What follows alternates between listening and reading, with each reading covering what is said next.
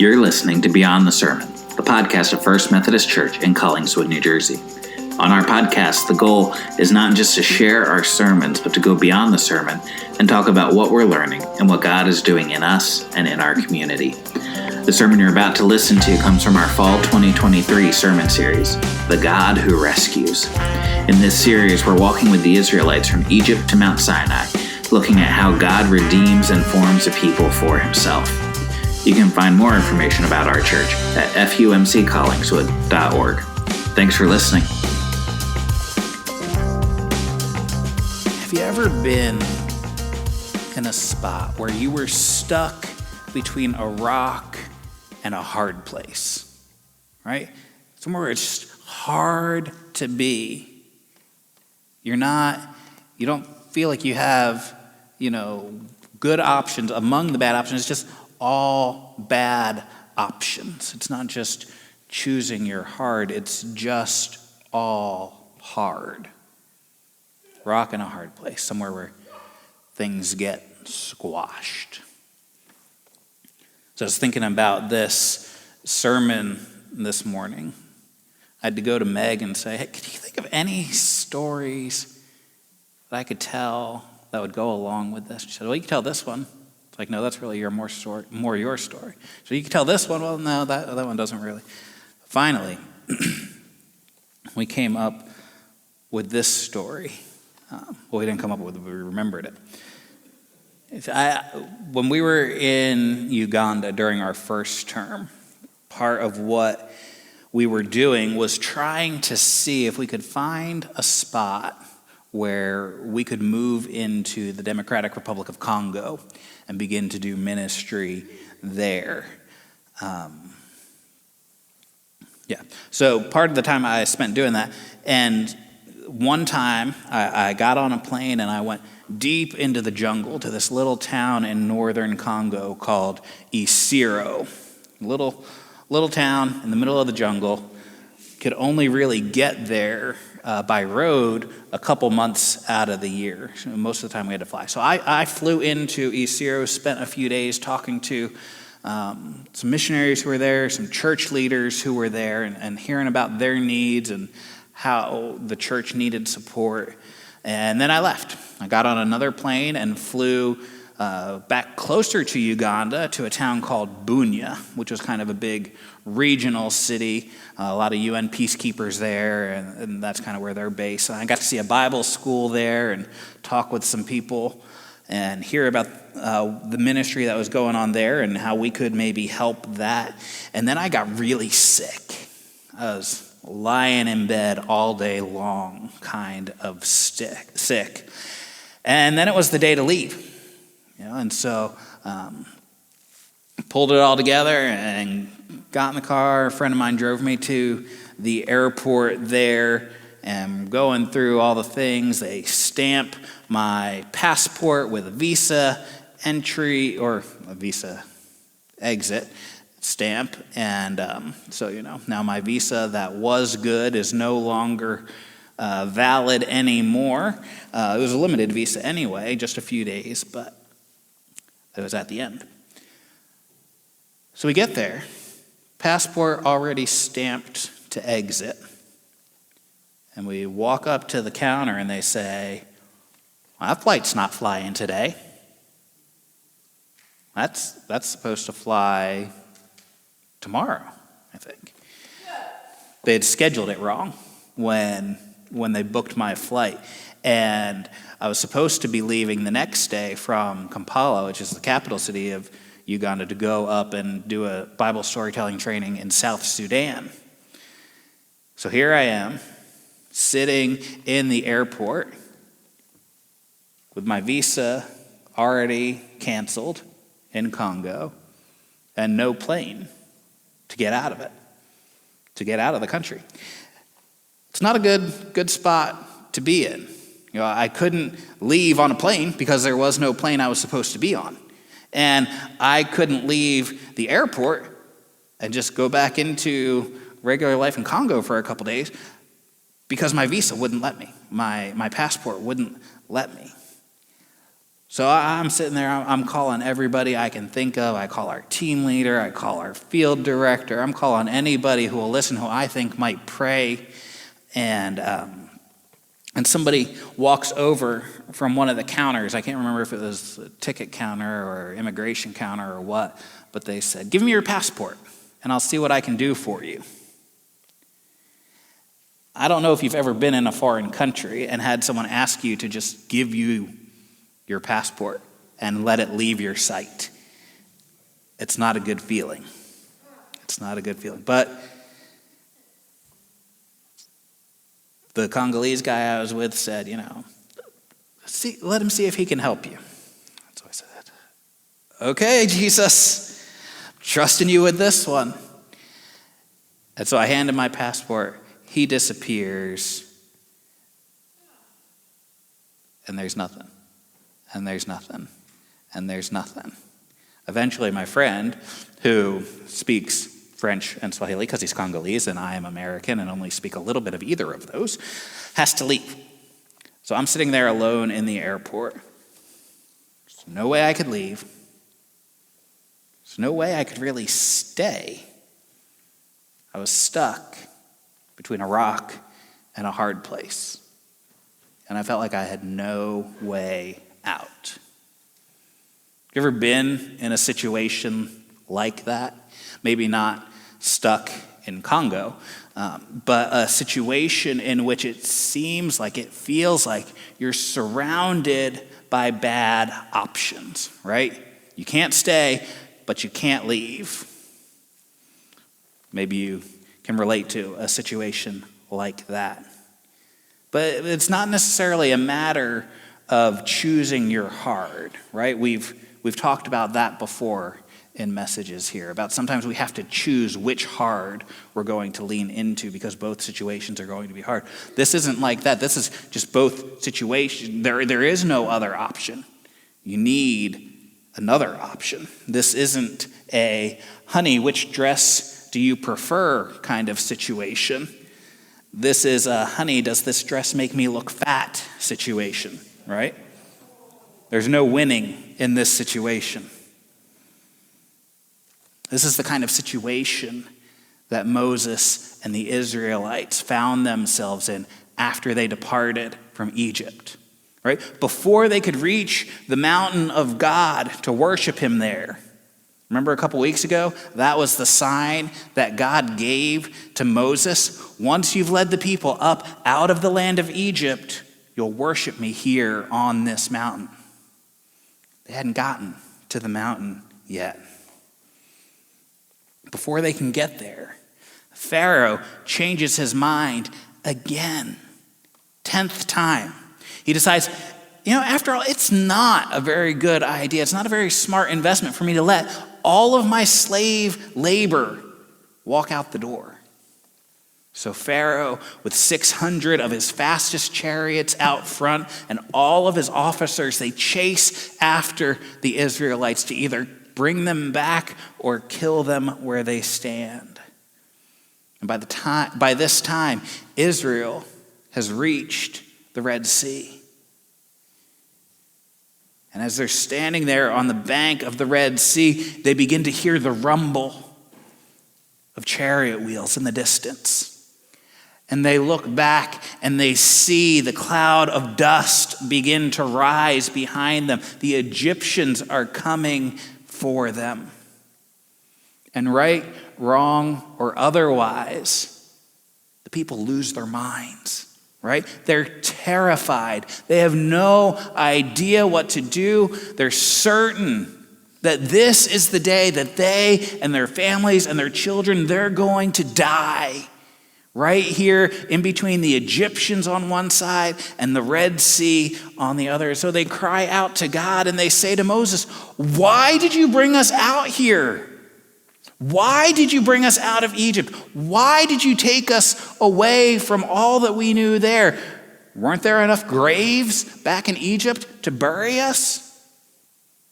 Didn't we tell you that this is what was going to happen? We were happier living as slaves than we would be dying out here in the desert." And Moses responds to the people.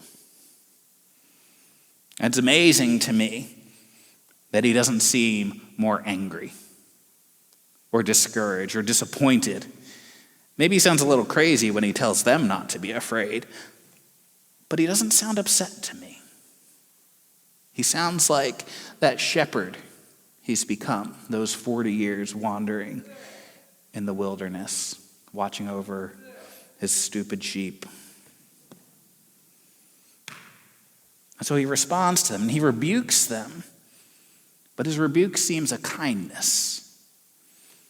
Moses says, don't be afraid. Stand firm, and you will see the deliverance that the Lord will bring you today. The Egyptians that you see today, you will never see again. The Lord will fight for you.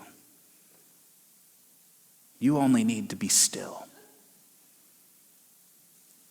Don't be afraid. Just be still. God will fight for you. Sounds like a nice little formula, doesn't it? When we're afraid, we just sit still and we trust God to do, and God will do something. Unfortunately, I don't think it often works that way. Often when we find ourselves backed into a corner like the Israelites did, one of our most basic self-protection instincts, they fly into high gear, right?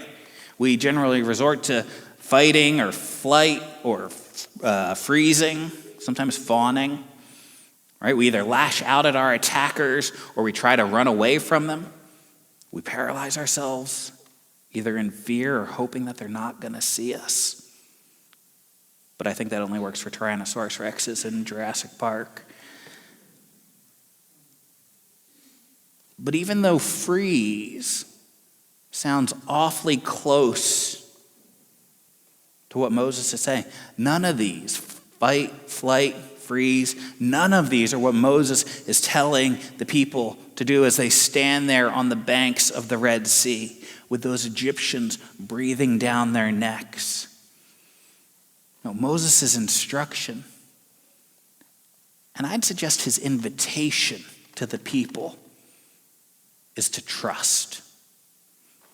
To trust that the God who sent the plagues on Egypt and had made it so that the angel of death could pass over the homes of the Israelites, that God, Yahweh,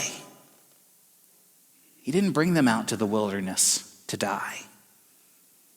The invitation was to open their eyes, to behold what God was going to do on their behalf, to see and remember the mighty acts that God was about to do for them. So God begins to do what he says he's going to do. And that pillar of fiery cloud, which has been at the front of their column, leading them out of Egypt from the very first steps that they took on the night of Passover, it moves. And it goes around behind them. It goes into that space between the Israelites and the Egyptians, creating a buffer for his people. And then God tells Moses, pick up that staff that you've been carrying around. And he tells him to raise his hand over the waters, and the waters were going to separate. So Moses took that staff in his hand. And that staff wasn't anything special. It was just a piece of wood that he used as a walking stick when he was shepherding his father-in-law's sheep and goats out in the wilderness. But the piece of wood that was in Moses' hand was the same piece of wood that was in his hand when God spoke to him out of the burning bush. It was the same stick that was in his hand when God said, throw it down, and it became a snake. And then God said, pick it back up. I think that's worse. But he picked it up and it became a stick again. It was the piece of wood in Moses' hand. Every time he had gone and stood before Pharaoh demanding that Pharaoh let God's people go. It was the stick in Moses' hand when he tapped the water, and all of the water in the Nile turned to blood. It was the staff that Moses held in his hand as he and his family sat and ate the first Passover meal together. Remember, God had told him, when you eat the Passover meal, put on the cloak, put the sandals on your feet, hold your staff in your hand. You've got to be ready to go. So this staff in Moses' hand, this stick, it's not just a piece of wood. This piece of wood in Moses' hand has become the very symbol of God's mighty acts of salvation, of God's deliverance of his people from their bondage and their captivity to Egypt. And when Moses lifted up that staff over the waters of the Red Sea, in full view of all of the people, God moved through that symbol of his power again. And the wind blew, and the waters separated, and God's people walked across the sea on dry land. God made a way where there was no way, a way between death on one hand and death on the other side, and he brought them through it to life. Meanwhile, Pharaoh and his army, they're still coming. And they see that open door just the same as those Israelites did. And they say, well, if the Israelites can do it, we're going to do it too. They follow them into the sea. And once they were solidly within the reaches of the sea, their wheels began to get jammed. And the confusion began to set in. And God told Moses, lift up your hand again. So Moses lifted up his hand with that staff in it,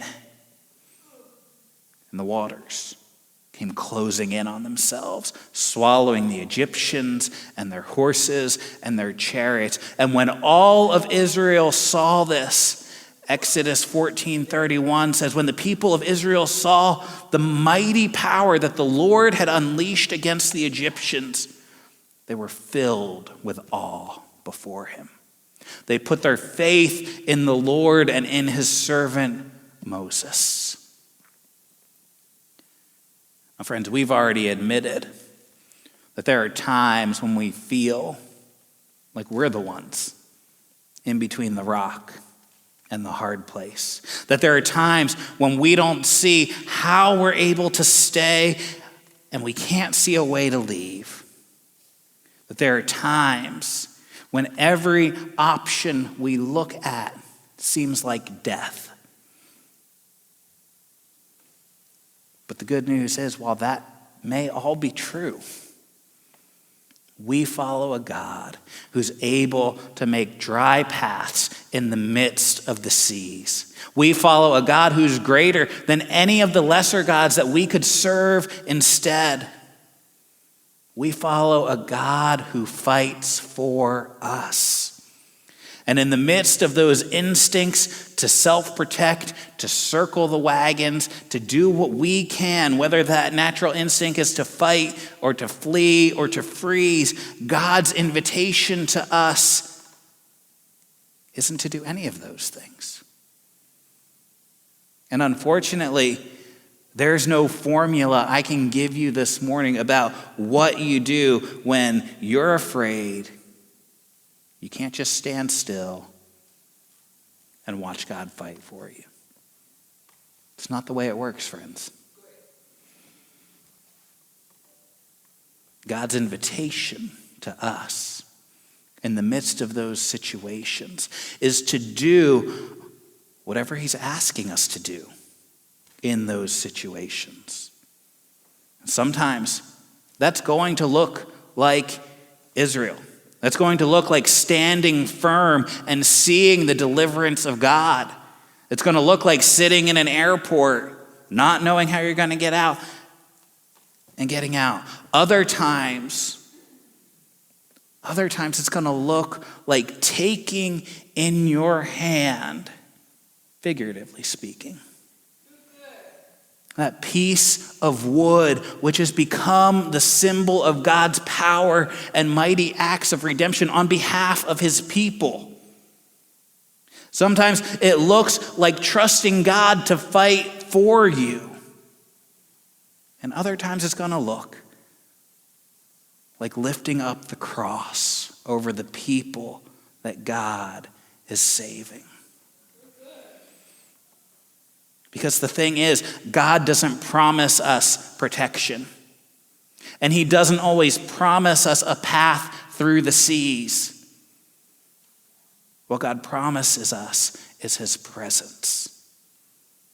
And it's only going to be in relationship with God as we walk with him step by step through the journey that we're going to know what he's asking us to do in each situation. The people of Israel didn't know what to do when they found themselves in between the army and the sea. And Moses didn't know that this is where God was going to lead them. But when they got there, Moses was able to say, "Stand firm and watch." Moses knew that God was with them. The same God who had brought them up out of Egypt, and Moses knew that God was going to fight for them. When I was stuck there in the airport in Bunya, there was nothing that I could do to get myself out of that situation. Nothing I could do to rescue myself. Nothing I could do to change the date on the calendar so that it would be the right day for the missionary flight. Nothing I could do to extend my visa beyond what had already been issued and canceled. Nothing I could do to get to Kampala to catch my flight to the next training.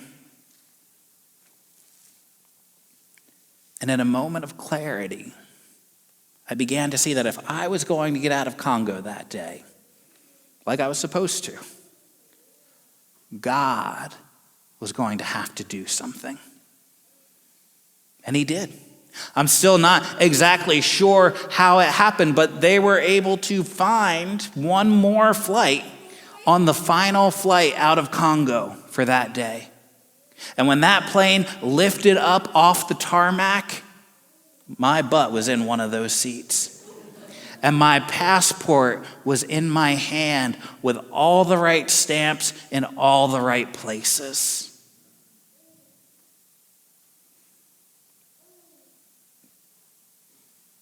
Friends, your situations may not sound like an Indiana Jones movie.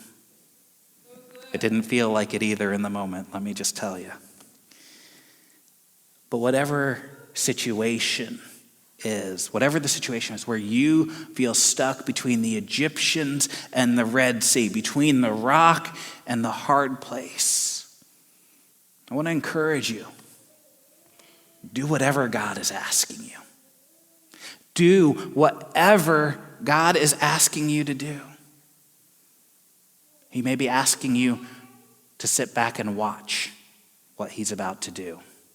It may be to stand firm and not to give up even 1 inch of the ground that God has given to you. It may be to lift up that piece of wood that symbolizes God's power and redemption over the situation. Whatever God's asking you to do, would you trust him as he fights